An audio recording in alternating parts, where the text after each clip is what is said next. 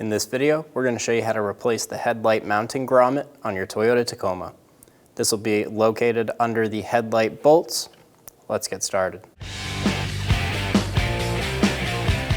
Using a 10mm socket, remove the bolt for the headlight.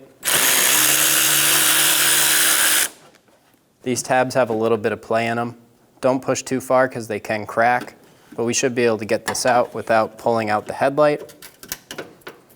You could use a flat blade screwdriver or a small trim tool and pop out the old grommet. Install the new headlight grommet.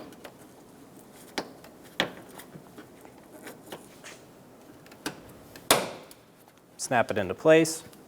Install the bolt. Snug it down.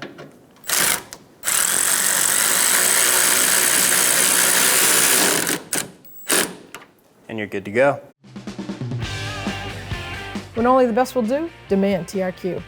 The only company that lets you view before you do. TRQ is committed to offering the highest quality aftermarket auto parts that are engineered for peace of mind. Thanks for using and viewing with TRQ.